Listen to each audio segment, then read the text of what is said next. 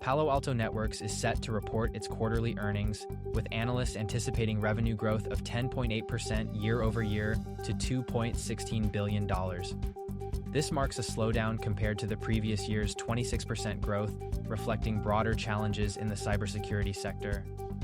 Despite the slower growth, Palo Alto Networks has maintained a strong track record, consistently meeting or exceeding Wall Street's revenue expectations over the past 2 years.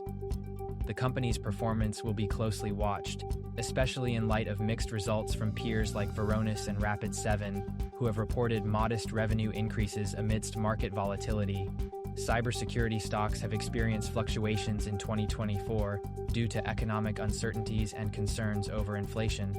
However, Palo Alto Networks' stable share price and positive analyst outlook, with a price target of 351.6, indicate confidence in the company's ability to navigate these challenges.